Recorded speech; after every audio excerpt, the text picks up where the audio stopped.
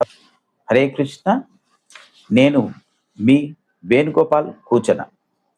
ఈ మధ్య చాలా తరచుగా మనకు వెలువడుతున్నటువంటి సమస్య, ఎక్కువ మందిలో చాలా చిన్న వయసులోనే బీపీ, షుగర్ అనేది చాలా మందిలో చూస్తున్నాం. బీపీ, షుగర్ రావడానికి కారణాలు డాక్టర్లు రకరకాలుగా కారణాలు చెప్పి ఉండవచ్చు. కానీ ఇంటిలో ఆగ్నేయ దోషం ఉంటే బీపీ, షుగర్లు, ఆడవారికి స్త్రీ సంబంధిత వ్యాధులు, మైగ్రేన్ హెడేక్ ఇలాంటి సమస్యలు తరచుగా వస్తూ ఉంటాయి. ఆగ్నేయ దోషం కారణంగా ఆర్థికపరమైనటువంటి సమస్యలు కూడా తరచుగా వస్తూ ఉంటాయి. కనుక ఎవరైనా కానీ మీకు తరచుగా ఆర్థిక సమస్యలు, ఆరోగ్యపరమైనటువంటి సమస్యలు వస్తున్నాయి, బీపీ, షుగర్ వస్తుంది, ఏజ్ చాలా చిన్నగానే ఉంది అయినా కానీ షుగర్ వచ్చింది అని అనుకుంటే, దానికి కారణము మీరు ఒకసారి మీ ఆగ్నేయములో వాస్తు దోషం ఏమన్నా ఉందా అని వాస్తు ఎక్స్పర్ట్ని పిలిపించి చెక్ చేయించండి. ఆల్రెడీగా బీపీ, షుగర్ వచ్చిన వారికి దీని నుండి, ఈ వ్యాధి నుండి కొంత ఉపశమనం పొందడానికి, దీని వ్యాధిని కంట్రోల్ చేయడానికి శుక్రుడిని ఆరాధించే ఒక ప్రత్యేకమైనటువంటి రెమెడీ మీకు చెప్తున్నాను. అందరూ తప్పకుండా దీన్ని పాటించి చూడండి. ఈ యొక్క రెమెడీని పాటించడానికి ముందుగా మీరు మీ యొక్క షుగర్ లెవెల్ని టెస్ట్ చేయించుకోండి, చెక్ చేయించుకోండి. కంప్లీట్ అయిపోయిన తర్వాత కూడా మరొకసారి చెక్ చేయించుకోండి. ఓకేనా? అయితే ఇప్పుడు మీరు ముఖ్యంగా చేయవలసిన ఫస్ట్ పాయింట్, 7 తామర పువ్వులను తీసుకోండి, 7 యాలకులను తీసుకోండి. యాలకులు మాత్రం చాలా పెద్దగా గ్రీన్ కలర్లో ఉండాలి.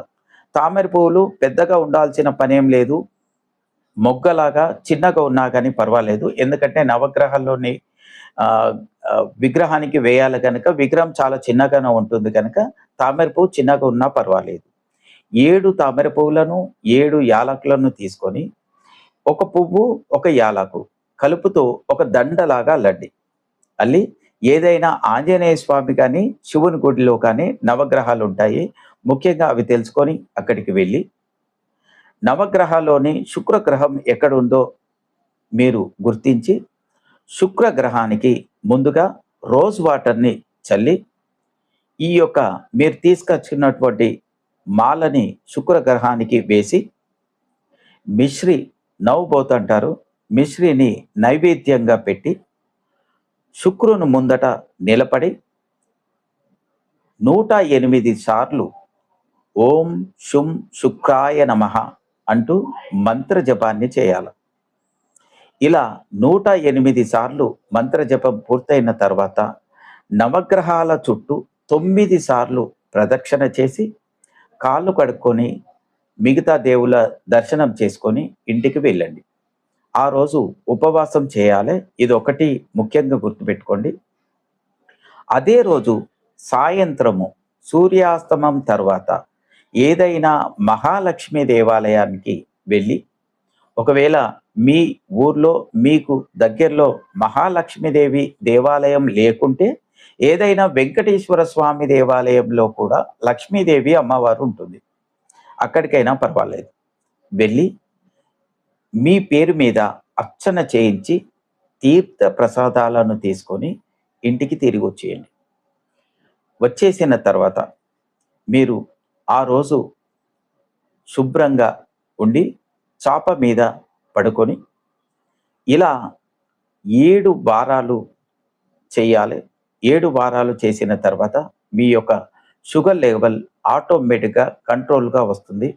దీన్ని మళ్ళొక్కసారి టెస్ట్ చేయించుకొని, చెక్ చేసుకొని, స్టార్టింగ్ది దీన్ని రెండిటిని పోల్చి చూసుకోండి. తప్పకుండా మీ షుగర్ లెవెల్ కంట్రోల్కి వస్తుంది. ఎందుకంటే షుగర్ రావడానికి కారణము మేజర్గా మీ ఇంటిలోని ఆగ్నేయ దోషము, శుక్రుడు యాక్టివేట్లో లేకపోవడానికి కారణము. శుక్రుడు యాక్టివేట్లో లేకపోతే ఆరోగ్యపరమైనటువంటి సమస్యలు వస్తాయి. ఆగ్నేయ స్థలము లక్ష్మీదేవి అమ్మవారి యొక్క స్థలము కూడా కాబట్టి, ఆ దిశలో సమస్య ఉంటే మీకు ఆర్థికపరమైనటువంటి సమస్యలు కూడా వస్తాయి.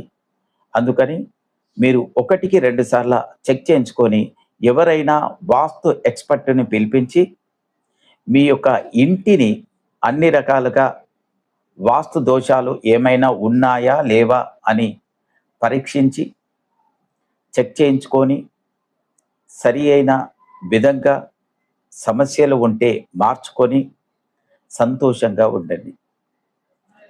హరే కృష్ణ. మా యొక్క ఛానల్‌ని సబ్స్క్రైబ్ చేయండి, షేర్ చేయండి, కామెంట్ చేయండి, లైక్ చేయండి. మీకేదైనా సమస్య ఉంటే కామెంట్ రూపంలో కానీ, మా నెంబర్‌కు కానీ కాల్స్ ద్వారా మీరు కనుక్కోవచ్చు.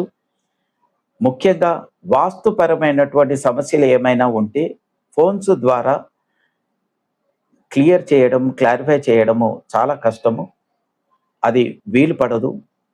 ఎందుకంటే వాస్తుపరమైనటువంటి సమస్యలను ఇంటికి వచ్చి ఇంట్లోని ప్రతి ఒక్క స్థలాన్ని పరిశీలించి, భూమిని పరిశీలించి, పరీక్షించి, అన్నిటిని అనాలిసిస్ చేసుకున్న తర్వాతనే ఇంటి వాస్తు దోషం అనేది అర్థమవుతుంది కనుక తప్పకుండా అపాయింట్మెంట్ తీసుకొని మాత్రమే మీరు కాల్స్ చేయాల్సి ఉంటుంది. అదొకటి ముఖ్యంగా గుర్తుపెట్టుకోండి. అపాయింట్మెంట్ తీసుకున్న వారికి మీ ఇంటికి వచ్చి మీ ఇంటి మొత్తాన్ని వాస్తుపరమైనటువంటి పరీక్ష జరిపి ఏదైతే సమస్య ఉందో సమస్యను సాల్వ్ అవ్వడానికి తగిన పరిష్కారాన్ని చూపించగలము. ప్రతి ఒక్కరు కూడా దీన్ని దృష్టిలో పెట్టుకోండి. ఫోన్స్ ద్వారా వాస్తు సమస్యలని పరిష్కరించబడవు. గుర్తుపెట్టుకోండి.